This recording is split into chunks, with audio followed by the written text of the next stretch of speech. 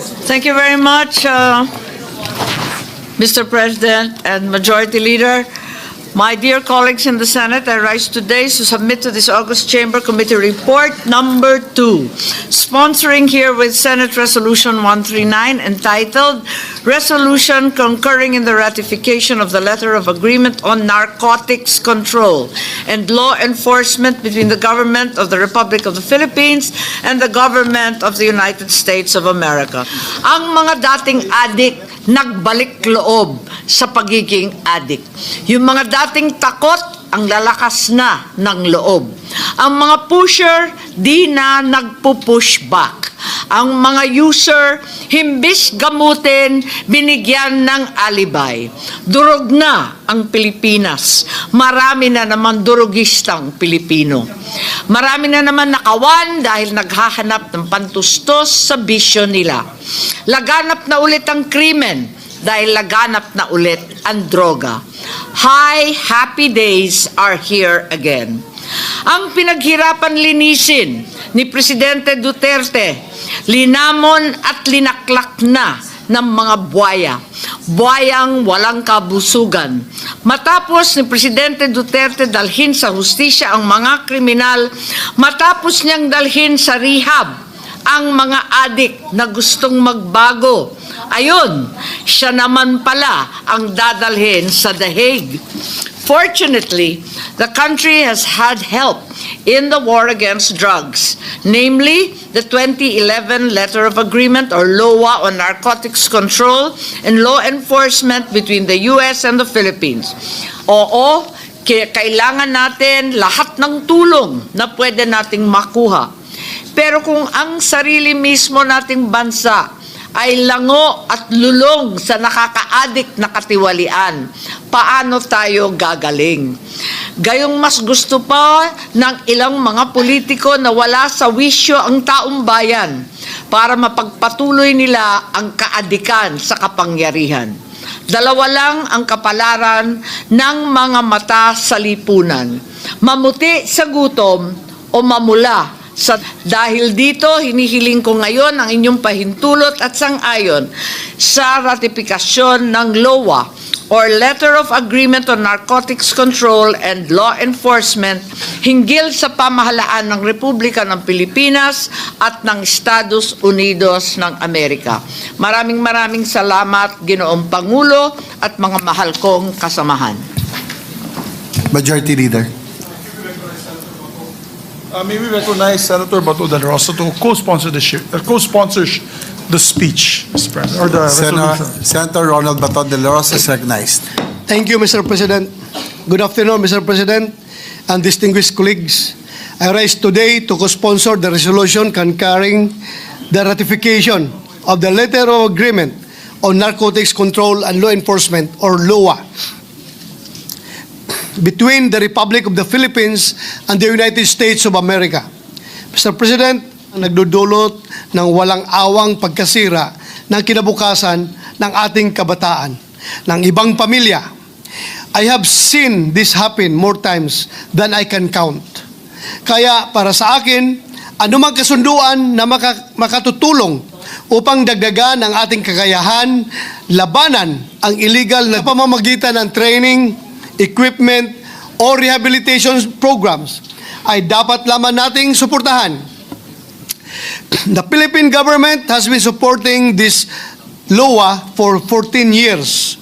Since 2011, the Philippines-USA Agreement, in fact, provided more than $27 million in assistance, from homicide investigation training to airport to maritime patrols to community-based rehabilitation. These are concrete programs na naramdaman ng ating mga ahensya. In 2024 alone, $6.2 million was added for counter-narcotics and citizen security, with another $8 million committed for law enforcement. Mr. President, let me emphasize, to fully defeat what we need are reliable and sustainable solutions and move by the ever-shifting winds of politics. And the resolution that it is before us is precisely of that nature. Hindi ito nakadepende kung may sponsor ka ba sa Kongreso, kung malakas ba ang kapit mo, o kung sikat ba ang programa mo sa media.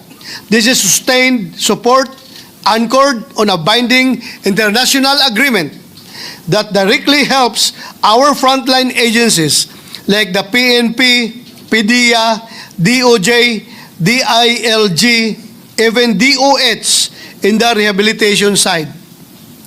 This too is something we have seen happen too many times. Mga mahalagang programa na nahuhustage, hindi napupunduhan dahil napupolitika. But we cannot politicize our way out of the drug problem. Mr. President, hindi po kinikilala ng illegal na droga at krimen ang kulay ng politika. Kaya kailangan natin ng ganitong klaseng kasunduan. We need a stable, predictable, and dependable narcotics agreement that stays and stands no matter which way and no matter how hard the political winds blow. That is why, Mr. President, if we fail to give our concurrence, we risk losing future support. Kaya hindi lamang ito usapin ng konstitusyonal na tungkulin, kundi usapin din ng praktikal na pangangailangan. Mr. President, supporting this law shows just how committed we are in the fight against illegal. Not only that, we are also sending a clear message to our institutions. Their mandates are taken seriously and they are duly supported. Most importantly, we are drawing a line of strong refusal. We shall not allow our nation to slide into dark pit of being a narco state. Never, not on our watch and not on the watch of this Congress.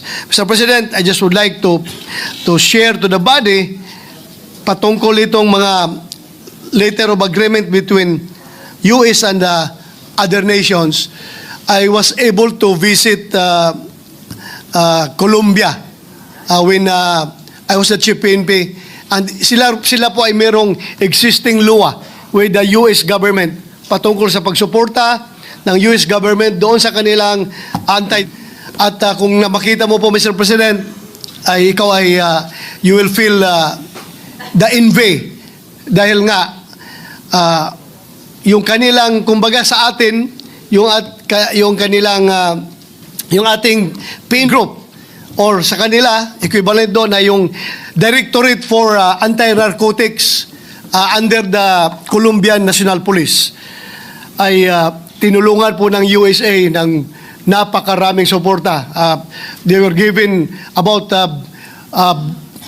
if I am not mistaken, yung number no na sinabi sa akin, around 60 fixed wings and around almost 100 yung Black Hawk helicopters, Mr. President. Kaya yung kanila mga patrolman doon, kung pupunta lang, mag-operate ng one province o another province, ay yun ay nakasakay palagi ng mga fixed wing. Kaya nakakaingit po yung suporta na binigay nila sa Colombia. So sana po, itong suporta na sa atin, maliit man lang, but beggars cannot be choosy, Mr. President. Napakalaking tulong na po nito para sa ating anti-drug campaign. Yun lang, Mr. President. Maraming salamat at magandang hapon sa ating lahat. Majority Leader.